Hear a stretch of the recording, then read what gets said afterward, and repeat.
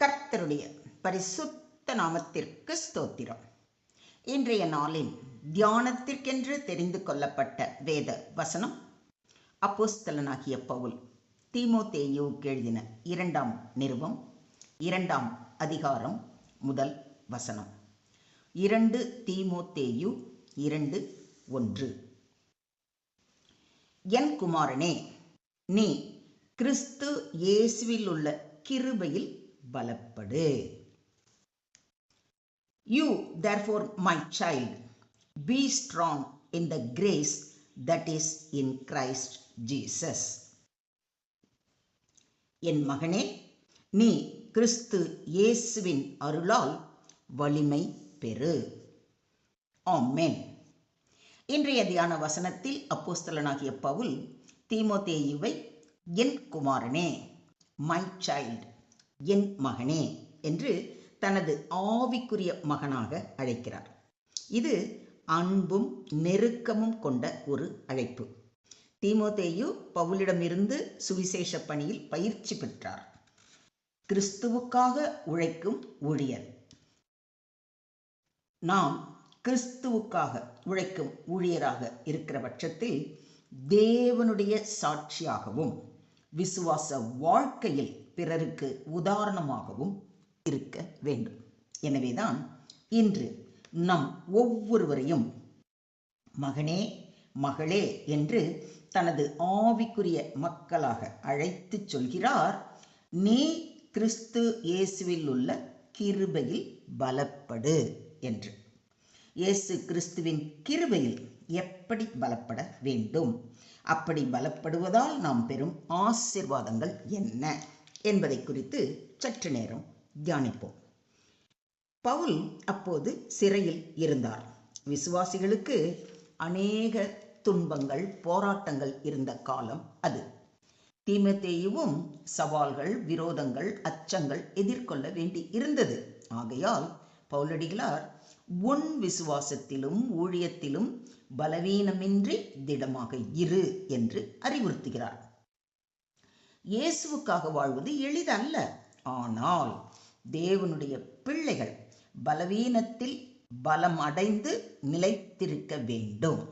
எனவேதான் நமது ஆண்டவர் என் கிருபை உனக்கு போதும், பலவீனத்திலே என் பலம் பூரணமாய் விளங்கும் என்று உறுதி அளிக்கிறார். நாம் எதில் பலப்பட வேண்டும்? கிறிஸ்து இயேசுவில் உள்ள கிருபையில் பலப்பட வேண்டும். பவுல் பலம் பெறுவதற்கான மூலத்தை தெளிவாக சொல்கிறார். அது நம் சொந்த அறிவும் திறமையும் மன உறுதியும் அல்ல. கிருபை என்பது தேவனுடைய அன்பான அருள், அதாவது அன்டிசர்வ்ட் ஃபேவர். உண்மையான பலமும் துணிவும் கிறிஸ்துவில் உள்ள கிருபையிலிருந்து மட்டுமே வருகிறது. அதனால்தான் பவுலடிகளார் என்னை பலப்படுத்துகிற கிறிஸ்துவினாலே எல்லாவற்றையும் செய்ய எனக்கு பலன் உண்டு என்று உறுதிப்பட கூறுகிறார். கர்த்தரிலும் அவருடைய சத்துவத்தின் வல்லமையிலும் பலப்படுங்கள் என்றும் நமக்கு அறிவுரை வழங்குகிறார். விசுவாச வாழ்க்கையில் நம்முடைய பலம் கர்த்தரிடமிருந்தே வருகிறது, நம் திறமையால் அல்ல. கிறிஸ்துவின் ஆற்றலால் தான் நாம் எதையும் செய்கிறோம். பலவீனமாய் இருந்தாலும் தேவனின் கிருபை நம்மை தாங்கும். இதை விசுவாசிக்கிறீங்களா? ஆகிலும் நான் இருக்கிறது தேவ கிருபையினாலே இருக்கிறேன். அவர் எனக்கு அருளிய கிருபை விருதாவாய் இருக்கவில்லை என்று பவுலடிகளார் கூறுவதை கொரிந்தியருக்கு எழுதின 1ஆம் நிருபம் 15ஆம் அதிகாரம் 10ஆம் வசனத்தில் வாசிக்கிறோம். கிறிஸ்துவின் கிருபைதான் நம் அடையாளத்தையும் வலிமையையும் தீர்மானிக்கிறது. இந்த கிருபையில் நாம் எப்படி பலப்பட வேண்டும்? முதலாவது, ஜெபத்தில் நிலைத்திருக்க வேண்டும். நீங்கள் சோதனைக்குட்படாதபடிக்கு விழித்திருந்து ஜெபம் பண்ணுங்கள் என்று நம்முடைய ஆண்டவராகிய இயேசு கிறிஸ்து வலியுறுத்துவதை மத்தேயு 26:41 வாசிக்கிறோம். இரண்டாவது, வசனத்தில் ஆழ்ந்து வளர வேண்டும். தினமும் அவரது வார்த்தைகளை வாசித்து தியானித்து அதற்கு கீழ்ப்படிந்து நடக்க வேண்டும். உம்முடைய வசனம் என் கால்களுக்கு தீபமும் என் பாதைக்கு வெளிச்சமுமாய் இருக்கிறது என்று சங்கீதக்காரன் கூறுவதை விசுவாசத்துடன் ஏற்றுக்கொண்டு அதன்படி நடக்கும்போது அந்த வசனமே நம்முடைய வாழ்வில் தீபமாகவும் வெளிச்சமாகவும் இருந்து நம்மை வழி நடத்தும். மூன்றாவது, சங்கமத்தில் இணைந்திருக்க வேண்டும். இயேசு கிறிஸ்துவின் நாளானது சமீபித்து வருகிறதை எவ்வளவாய் பார்க்கிறீர்களோ அவ்வளவாய் புத்தி சொல்ல வேண்டும் என்று எபிரேயர் 10:25 வாசிக்கிறோம். இயேசு கிறிஸ்துவின் இரண்டாம் வருகை வெகு சீக்கிரத்தில் நிகழப்போவதால் சபையார் அனைவரும் இணைந்து ஜெபிக்கவும் வேத வாசிப்பும் சுவிசேஷத்தை அறிவிக்கவும் வேண்டும். இறுதியாக ஆவியால் நடத்தப்பட வேண்டும். ஆவிக்கேற்றபடி நடந்து கொள்ளுங்கள், அப்பொழுது மாம்ச இச்சையை நிறைவேற்றாதிருப்பீர்கள் என்று பவுலடிகளார் நம்மை எச்சரிப்பதை கலாத்தியர் 5:16 வாசிக்கிறோம்.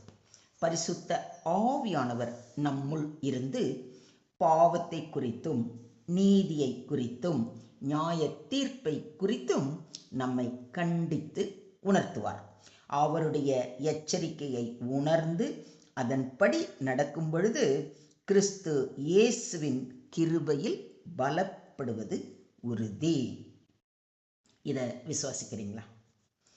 அவருடைய கிருபையில் பலப்படும் பொழுது அவருடைய பிள்ளைகளாய் அவருடைய ஊழியத்திலும் விசுவாசத்திலும் அன்பிலும் நிலைத்திருப்போம். பவுல் சொன்னது போல நாமும் தேவனுடைய கிருபை என்னில் விருதாவாய் இருக்கவில்லை என்று நிச்சயமாக கூற முடியும். நிச்சயமாக கூற முடியும் இல்லைங்களா? உங்களால் கூற முடியும் தானே?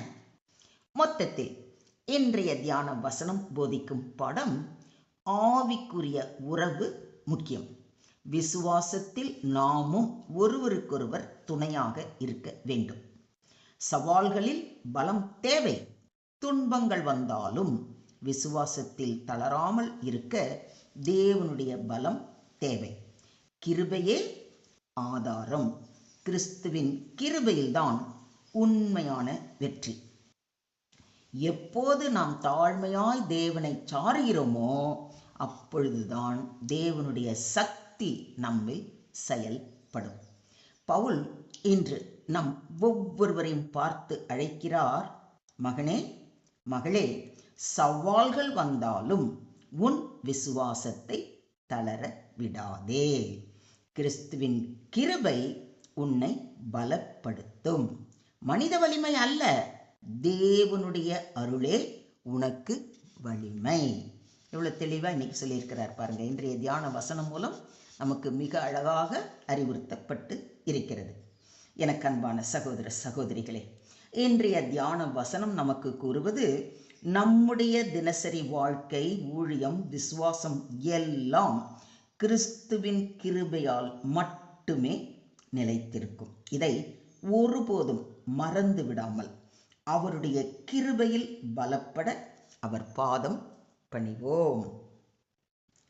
ஸ்தோத்திரம் ஆண்டவரே, ஸ்தோத்திரம் கர்த்தாவே, ஸ்தோத்திரம் ஸ்தோத்திரம் ஸ்தோத்திரம்.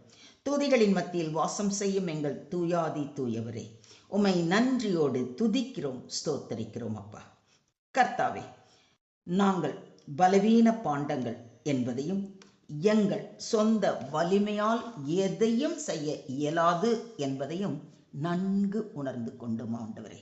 ஆனால் உமது கிருபை எங்களுக்கு போதும் என்பதை நாங்கள் ஒப்புக்கொள்கிறோம். இயேசுவே, உம்மில் வலிமை பெற்று எங்கள் விசுவாசத்திலும் வாழ்க்கையிலும் ஊழியத்திலும் நிலைத்திருக்க உதவி செய்யும். எங்களை உமது கிருபையினாலே தாங்கி உம்முடைய நாமத்திற்கு மகிமை சேர்க்கும் வாழ்க்கையை நாங்கள் வாழ எங்களை முற்றிலுமாக தாழ்த்தி உம்முடைய கிருபை நிறைந்த கைகளில் ஒப்பு கொடுக்கிறோம். நீங்க பொறுப்பெடுத்துக்கோங்க, நீங்க வழி நடத்துங்க. எல்லா துதியும், எல்லா கனமும், எல்லா மகிமையும் ஒருவருக்கே செலுத்துகிறோம். மீட்பர் இயேசுவின் மூலம் ஜெபம் கேளும் எங்கள் ஜீவனுள்ள தகப்பனே. ஆமென்.